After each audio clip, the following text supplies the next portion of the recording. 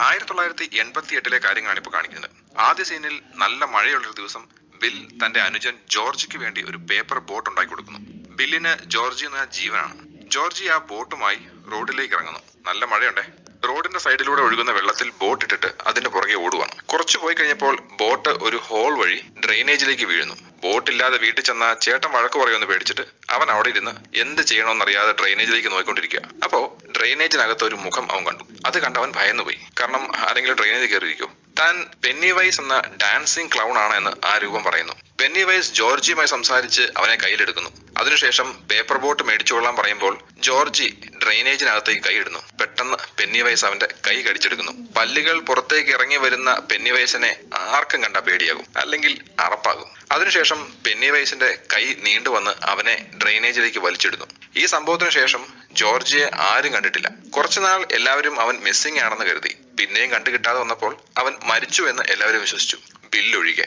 അടുത്തതായി ആ ടൗണിൽ തന്നെയുള്ള ഒരു ചെമ്മരിയാടുകളുടെ കശാപ്പുശാല കാണിക്കുന്നു. അവിടെ മൈക്ക് എന്നൊരു കുട്ടി ഉണ്ടായിരുന്നു. അവനൊരു ചെമ്മരിയാടിനെ കൊല്ലാൻ നോക്കുവാണെങ്കിലും അത് അവനെ കൊണ്ട് പറ്റുന്നില്ല. അവന്റെ പാരമ്പര്യ തൊഴിലായിരുന്നു കശാപ്പ്, എങ്കിലും ആടുകളെ കൊല്ലുന്നത് അവന് പറ്റുമായിരുന്നില്ല. അടുത്ത സീനിൽ ബില്ലിന്റെ സ്കൂൾ കാണിക്കുന്നു. ബില്ലിപ്പോഴും അവന്റെ ക്ലോസ് ഫ്രണ്ട്സിന്റെ കൂടെയാണ് നടക്കാറ്. അവരുടെ സമ്മർ വെക്കേഷൻ ആയതിനാൽ എന്ത് ചെയ്യുമെന്ന് ആലോചിച്ച് വളരെ ത്രില്ലടിച്ചിരിക്കുകയാണ് എല്ലാവരും. അവരുടെ ക്ലാസ്സിലെ ബിവേർലി എന്ന പെൺകുട്ടിയെ മറ്റു പെൺകുട്ടികൾ ഉപദ്രവിക്കുന്നു. അതേസമയം ബില്ലിനെയും ഫ്രണ്ട്സിനെയും അവരുടെ സീനിയേഴ്സ് ഇറിറ്റേറ്റ് ചെയ്യുന്നു. അതിൽ ഹെൻറി എന്നൊരുത്തൻ ഒരു പോലീസുകാരന്റെ മകനാണെങ്കിലും അവൻ ഒരു മാനേഴ്സും ഇല്ലായിരുന്നു. തന്റെ കാണാതായ മകനെ അന്വേഷിച്ച് നിൽക്കുന്ന ഒരു അമ്മയും അവർ സ്കൂളിന്റെ മുന്നിൽ കണ്ടു. അതായത് ദിവസവും പുതിയ പുതിയ ആളുകളെ കാണാതെ പോയിക്കൊണ്ടിരിക്കുകയാണ്. വീട്ടിലെത്തിയ ബിൽ വീടിനോട് ചേർന്നുള്ള വർക്ക്ഷോപ്പിലേക്ക് പോകുന്നു. അവന്റെ ഫാദറും അവിടെ ഉണ്ടായിരുന്നു. ബിൽ തന്റെ അനിയൻ ജോർജിയെ കണ്ടെത്താനായി ഡ്രെയിനേജിന്റെ ഒരു മോഡൽ ഉണ്ടാക്കിയിരുന്നു. ബില്ലിന്റെ കാഴ്ചപ്പാടിൽ ജോർജി ഡ്രെയിനേജിൽ വീണെന്നും അവൻ ഒഴുകി അതിന്റെ ഡെഡ് എൻഡിൽ എത്തിയെന്നും അവിടെ നിന്നും പുറത്തു വരാൻ കഴിയാതെ അവിടെ പെട്ടുപോയെന്നൊക്കെയാണ്. ചെറിയ രീതിയിൽ വിക്കുള്ള ബിൽ താൻ ഉണ്ടാക്കിയ ഒരു മോഡൽ ഉപയോഗിച്ച് ഫാദറിനെ അത് പറഞ്ഞ് മനസ്സിലാക്കി കൊടുക്കുകയാണ്. ഇതെല്ലാം കണ്ട ഫാദർ അവനെ വഴക്കു പറയുന്നു. ജോർജി മരിച്ചുപോയി എന്നും അദ്ദേഹം അവനോട് പറയുന്നു. അടുത്ത സീനിൽ മൈക്ക് ഒരു ബിൽഡിങ്ങിൽ മീറ്റ് ഡെലിവറി ചെയ്യാൻ പോവുകയാണ്. അവിടെ ലോക്ക് ചെയ്ത ഒരു വാതിലിന്റെ പുറകിൽ നിന്നും അവൻ വിചിത്രമായ കുറെ ശബ്ദങ്ങൾ കേൾക്കുന്നു. അവൻ അതുവഴിയാണ് ഡെലിവറി ചെയ്യാൻ അകത്തേക്ക് പോകേണ്ടത്. അപ്പൊ അതുകൊണ്ട് അവൻ അവിടെ നിന്നു. അതുപോലെ തന്നെ അടഞ്ഞ വാതിലിനിടയിലൂടെ കുറെ വൃത്തികെട്ട കൈകൾ പുറത്തേക്ക് വരുന്നു. കാഴ്ചയിൽ വളരെ വൃത്തിഹീനമായ കൈകൾ. അതിനുശേഷം ആ വാതിൽ തന്നെ തുറന്നു വരുന്നു. അതിനുള്ളിൽ മൈക്ക് പെന്നിവൈസിനെ കാണുന്നു. അപ്പോൾ ഹെൻറിയും കൂട്ടുകാരും അതുവഴി കാറിൽ വന്ന് മൈക്കിനെ കളിയാക്കുകയും ഉപദ്രവിക്കുകയൊക്കെ ചെയ്യുന്നു. അങ്ങനെ ആ സീൻ തീരുന്നു. അടുത്ത സീനിൽ ബില്ലിന്റെ ഫ്രണ്ട് സ്റ്റാൻലി തന്റെ ഫാദറിന്റെ ഓഫീസിൽ ഒരു ബുക്ക് വെക്കാൻ വേണ്ടി പോവാണ്. അവിടെ ഭിത്തിയിൽ തൂക്കിയിട്ടിരുന്ന ഒരു സ്ത്രീയുടെ പെയിന്റിംഗ് കണ്ട് അവൻ എന്നത്തേതും പോലെ അന്നും ഭയക്കുന്നു. കാരണം അതൊരു പേടിപ്പിക്കുന്ന പെയിന്റിംഗ് ആണ്. പെയിന്റിങ്ങിലുള്ള സ്ത്രീ പുറത്തു വന്ന് അവനെ പേടിപ്പിക്കുന്നതായിട്ട് അവനെ ഫീൽ ചെയ്യുന്നു. അത് വേറെ ആരുമല്ല, പെന്നിവൈസ് ആണ്. സ്റ്റാൻലി അവിടെ നിന്നും ഓടി രക്ഷപ്പെടുവാണ്. അടുത്ത സീനിൽ ബില്ല് തന്റെ ഫ്രണ്ട്സിനെയും കൂട്ടിയിട്ട് ഡ്രെയിനേജിന്റെ ഡെഡ് എൻഡിലേക്ക് പോവാണ്. ഒരു സൈക്കിളിൽ പോവാണ്. അതേസമയം അവരുടെ ക്ലാസ്സിൽ പഠിക്കുന്ന ഉണ്ടപ്പക്രുവായ ബെൻ തന്റെ ഇഷ്ടസ്ഥലമായ ലൈബ്രറിയിൽ ഇരുന്നുകൊണ്ട് ഡെറി ടൗണിന്റെ ചരിത്രം പഠിക്കുവാണ്. അവന് അങ്ങനെ സുഹൃത്തുക്കൾ ആരും തന്നെ ഇല്ല. ബുക്സ് ആണ് അവന്റെ ഫ്രണ്ട്സ്. ഡെറി ടൗണിനെ കുറിച്ചുള്ള ബുക്കിൽ അവൻ കുറെ ഈസ്റ്റർ എഗ്സും പിടിച്ചു നിൽക്കുന്ന ഒരു കുട്ടിയെ കാണുന്നു. അടുത്ത പേജ് തന്നെ ഈസ്റ്റർ ദിവസം ഉണ്ടായ നിരവധി ആളുകളുടെ മരണത്തിന് കാരണമായ ഒരു സ്ഫോടന വാർത്തയെ കുറിച്ചുണ്ട്. അതിനടുത്ത പേജുകളിൽ മുമ്പ് കണ്ട ആ കുട്ടി മരിച്ച രീതിയിലുള്ള ഫോട്ടോസ് കാണാം. ബെൻ ആ ബുക്ക് അടച്ചു വെക്കുന്നു. അപ്പം അവൻ ഒരു മ്യൂസിക് കേൾക്കുന്നു. അത് കേട്ടിട്ട് അവൻ തിരിഞ്ഞു നോക്കുന്നു. നോക്കിയപ്പോ ലൈബ്രറിക്കകത്ത് ഒരു ചുവന്ന ബലൂൺ ഇങ്ങനെ തന്നെ പറന്നു പോവാണ്. പെന്നിവൈസ് അവിടെ ഉണ്ട് എന്നാണ് ചുവന്ന ബലൂണിന്റെ അർത്ഥം. അവൻ ആ ബലൂണിനെ ഫോളോ ചെയ്തു പോകുന്നു. അങ്ങനെ നടന്നുപോയ ബെൻ ലൈബ്രറിയുടെ ഉള്ളിലുള്ള ഒരു ഇരുണ്ട സ്ഥലത്തേക്ക് എത്തുന്നു. അവിടെ അവൻ നിലത്ത് നിരവധി ഈസ്റ്റർ എഗ്സ് കാണും. അപ്പോൾ തലയില്ലാത്ത ഒരു രൂപം അവനെ പിടിക്കാൻ വരുന്നു. അതിൽ നിന്നും ബെൻ ഒരുവിധം ഓടി രക്ഷപ്പെടുന്നു.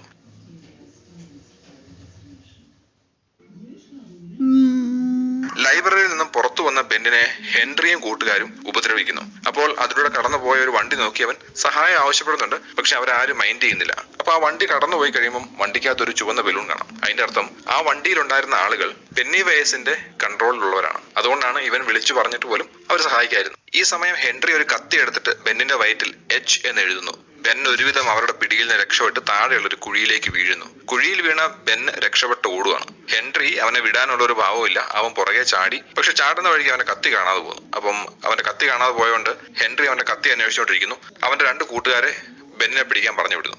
ഇതേ സമയം ബില്ലും കൂട്ടരും ഡ്രെയിനേജിന്റെ ഡെഡ് എൻഡിലെത്തി. ഡ്രെയിനേജിനുള്ളിലേക്ക് കയറി അവർ ജോർജിക്ക് വേണ്ടി അന്വേഷിക്കുമ്പോൾ ബെന്നും അവിടെ എത്തുന്നു. ബെൻ ഓടി മടുത്ത് അവിടെ എത്തുവാണ്. അങ്ങനെ അവൻ ബില്ലിന്റെ കൂടെ കൂടി. ഇതേ സമയം ബെന്നിനെ ഫോളോ ചെയ്ത് വന്ന ഹെൻറിയുടെ ഒരു ഫ്രണ്ട് ഡ്രെയിനേജിനകത്തേക്ക് കയറി. അവൻ അവിടെ നിരവധി വികൃത രൂപങ്ങൾ കാണുന്നു, പ്രേതങ്ങൾ പോലെ. അപ്പൊ പെന്നിവേസ് അവിടെ വന്ന് അവനെ കൊല്ലുന്നു. ബില്ലും കൂട്ടുകാരും അവിടെ നിന്ന് രക്ഷപ്പെട്ട് അവര് പുറത്തു വരുവാണ്. അതിനുശേഷം അവരൊരു കടയിൽ പോയിട്ട് ബെന്നിന്റെ ശരീരത്തുണ്ടായ ആ മുറിവ് വെച്ച് കെട്ടാൻ വേണ്ടിയുള്ള മരുന്ന് വാങ്ങുവാണ്. അപ്പം മരുന്ന് വാങ്ങിയെല്ലാം കഴിഞ്ഞപ്പോഴാണ് അവർക്ക് മനസ്സിലാകുന്നത് അവരുടെ കയ്യിൽ കൊടുക്കാനുള്ള കാശ് ആവശ്യത്തിനില്ല. അപ്പോൾ ആ കടയിലുണ്ടായിരുന്ന ബിവേർലി, അതായത് ഇവരുടെ ക്ലാസ്സിൽ പഠിക്കുന്ന ആ പെൺകുട്ടി ഇവരെ സഹായിക്കുന്നു. അവളുടെ സഹായത്തോടെ ഇവർ കാശൊന്നും കൊടുക്കാതെ ഒരുവിധം രക്ഷപ്പെട്ട് ബെന്നിന്റെ അടുത്ത് വരുന്നു. അവിടെ എത്തിയ ബിവേർലിയോട് അടുത്ത ദിവസം അവർ തടാകത്തിലേക്ക് പോകുന്നുണ്ടെന്നും അതിനാൽ ബിവേർലിയോടും കൂടെ വരാൻ പറയുന്നു. പിന്നെ കാണിക്കുന്ന അടുത്ത സീൻ എന്ന് പറഞ്ഞാൽ ബിവേർലിയുടെ വീടാണ്. ഇവള് ശരിക്കും കടയിൽ വന്നത് ഒരു സാനിറ്ററി നാപ്കിൻ വാങ്ങാൻ വേണ്ടിയാണ്. അപ്പൊ ഈ നാപ്കിൻ ഒക്കെ വാങ്ങിച്ച് വീട്ടിൽ വന്നു കഴിഞ്ഞപ്പം ബിവേർലിയുടെ ഫാദർ അവളെ കണ്ട് അവളോട് മോശമായിട്ട് പെരുമാറുന്നു. ഇങ്ങനെയുള്ള അവസരങ്ങളിൽ അവളുടെ ഫാദർ അവളുടെ മുടി തലോടും. അപ്പം ഈ ദേഷ്യവും ഡിപ്രഷനും ഒക്കെ കൊണ്ട് അവൾ എന്ത് ചെയ്തു, അവൾ ബാത്റൂമിൽ കയറിയിട്ട് അവളുടെ മുടി മൊത്തം മുറിച്ചു കളഞ്ഞു. അടുത്ത സീനിൽ തടാകത്തിൽ നീന്താൻ പോകുന്ന ബില്ലിനെയും കൂട്ടുകാരെയാണ് കാണിക്കുന്നത്. അവിടേക്ക് ബിവേർലിയും വരുന്നു. അവരെല്ലാം കൂടെ ഒരുമിച്ച് ആ ദിവസം അടിച്ചു പൊളിക്കുന്നു. അങ്ങനെ എല്ലാവരും നല്ല ക്ലോസ് ഫ്രണ്ട്സ് ആയി മാറുവാണ്. അവർ അവിടെ നിന്നും ബെന്നിന്റെ വീട്ടിലേക്ക് പോകുന്നു. അവിടെ അവർ ബെന്ന് ഡെറി ടൗണിനെ കുറിച്ച് പഠിച്ച കാര്യങ്ങളൊക്കെ കാണുന്നു. ഡെറി ടൗണിന്റെ ഫുൾ ഹിസ്റ്ററി അവൻ അവന്റെ റൂമിന്റെ ഭിത്തിയിൽ ഒട്ടിച്ചു വെച്ചിട്ടുണ്ട്. വളരെ പണ്ട് മുതലേ അവിടെ നിന്നും ആളുകൾ കാണാതായിരുന്നു എന്നും ബെന്ന് പറയുന്നുണ്ട്. ഇതേപ്പറ്റി പറയുന്ന ചിത്രങ്ങളിലെല്ലാം പെന്നിവേസിന്റേത് പോലെയുള്ള ഒരു മുഖം കാണാം. കാണാതായ ആളുകളുടെ എല്ലാം വസ്ത്രങ്ങൾ അവിടെയുള്ള ഒരു കിണറിന്റെ അടുത്ത് നിന്ന് കിട്ടിയെന്ന് ബെന്ന് പറയുന്നുണ്ട്. അവനേതോ ബുക്കിൽ നിന്ന് വായിച്ചാണോ അതൊക്കെ. അടുത്ത സീനിൽ ഇവരുടെ കൂടെയുള്ള എഡി സ്കൂളിൽ നിന്നും വീട്ടിലേക്ക് നടന്നു പോവുകയാണ്. സാധാരണ ഫ്രണ്ട്സിനോട് പോകുന്നതാണ്, അന്ന് അവൻ ഒറ്റയ്ക്ക് നടന്നു പോവാം. എഡിക്ക് ഈ വീസിങ്ങിന്റെ പ്രോബ്ലം ഉണ്ട്. അപ്പൊ അതുകൊണ്ട് എപ്പോഴും അവന്റെ കൈ മരുന്ന് കാണും. അവൻ നടന്നു പോകുമ്പോൾ വഴി സൈഡിൽ ഒരു പഴയ ബിൽഡിംഗ് ആണ്. അപ്പോൾ അവന് മരുന്ന് കഴിക്കാനുള്ള സമയമായി. അപ്പൊ അതുകൊണ്ട് അവൻ മരുന്ന് ഒക്കെ എടുത്ത് കഴിക്കാൻ തുടങ്ങുമ്പോൾ ബിൽഡിങ്ങിനകത്ത് നിന്നും കുറച്ച് വിചിത്രമായിട്ടുള്ള ശബ്ദങ്ങൾ കേൾക്കും. പേടിച്ചിട്ട് അവൻ ഈ മരുന്നും കൈ പിടിച്ച് മുന്നോട്ട് നടക്കും. പെട്ടെന്ന് വെപ്രാളത്തിനിടയ്ക്ക് അവന്റെ കയ്യിരുന്ന മരുന്നെല്ലാം താഴെ വീഴും. ഇവൻ പതുക്കെ നിലത്തിരുന്നത് പെറുക്കി എടുക്കുകയാണ് ഓരോന്ന്. അപ്പൊ പെട്ടെന്ന് നോക്കുമ്പോൾ ഒരു വികൃതമായിട്ടുള്ള ഒരു കൈയും കൂടെ അവന്റെ കൂട്ടത്തിൽ ഈ മരുന്ന് ഇങ്ങനെ പെറുക്കിയെടുത്ത് അവന് കൊടുക്കുക. പെട്ടെന്ന് അയാളുടെ മുഖത്തോട്ട് നോക്കി കഴിഞ്ഞപ്പം ഏതോ രോഗം ബാധിച്ച് മുഖം പകുതി അഴുകിയ രൂപത്തിൽ ഒരാളെ അവിടെ കണ്ടു. ആ വൃത്തികെട്ട മനുഷ്യനെ കണ്ട വെപ്രാളത്തിൽ അവൻ ആ ബിൽഡിങ്ങിന്റെ ഗേറ്റിനകത്തേക്ക് ഓടി. അവൻ ഓടി ആ ബിൽഡിങ്ങിന്റെ പുറകിലെത്തി. അവിടെ അവൻ പെന്നിവേസിനെ കാണുന്നു. അവൻ ഒരുവിധം അവിടെ നിന്ന് രക്ഷപ്പെട്ടു വിടുന്നു.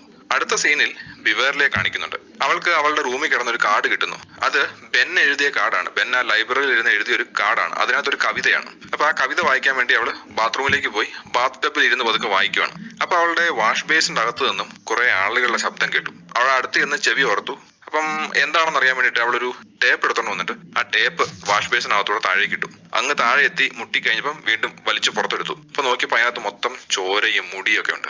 പെട്ടെന്ന് ആ മുടി അവളുടെ കയ്യിലോട്ട് പിടിമുറുക്കി. അത് കഴിഞ്ഞ് പതുക്കെ അവളുടെ ദേഹം മൊത്തം ആ മുടി കയറി ചുറ്റാൻ തുടങ്ങി. എന്നിട്ട് അവളെ പതുക്കെ ആ വാഷ് ബേസിന്റെ ഹോളിനകത്തേക്ക് വലിച്ചടുപ്പിക്കാൻ തുടങ്ങി. അങ്ങനെ അടുപ്പിച്ചുകൊണ്ടിരുന്ന സമയത്ത് തന്നെ അതിനകത്ത് നിന്ന് ചോര തള്ളി പുറത്തേക്ക് വരാൻ തുടങ്ങി. ശക്തമായിട്ട് ചോര വെള്ളം വീഴുന്ന പോലെ വരാൻ തുടങ്ങി. എന്നിട്ട് ആ ബാത്റൂമും അവളുടെ മുഖവും ഫുള്ള് ചോരയായി. അപ്പൊ അവളെ കിടന്ന് അലറിക്കറിയാൻ തുടങ്ങി. ഇവളുടെ കരച്ചിൽ കേട്ടിട്ട് ഇവളുടെ ഫാദർ ബാത്റൂമിന്റെ വാതിൽ തുറന്ന് അകത്തേക്ക് കയറി വന്നു.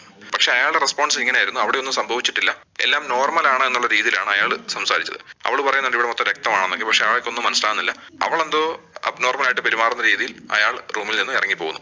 ബിൽ അവന്റെ വീട്ടില് ജോർജിയെ ഓർത്ത് വളരെ വിഷമിച്ചിരിക്കുകയാണ്. അപ്പം ബില്ല് ആരോ നടക്കുന്ന പോലെ ശബ്ദം കേട്ടു. റൂമിനകത്തു നിന്നും പുറത്തു പോയി നോക്കിയപ്പം ആരുടെയോ കാൽപ്പാടുകളും കണ്ടു. അപ്പൊ ആ കാൽപ്പാടിനെ ഇങ്ങനെ പിന്തുടർന്ന് പോയപ്പോൾ അവൻ ബേസ്മെന്റിലെത്തി. അവിടെ അവൻ ജോർജിയെ കണ്ടു. ജോർജി ബില്ലിനോട് വളരെ ഇമോഷണൽ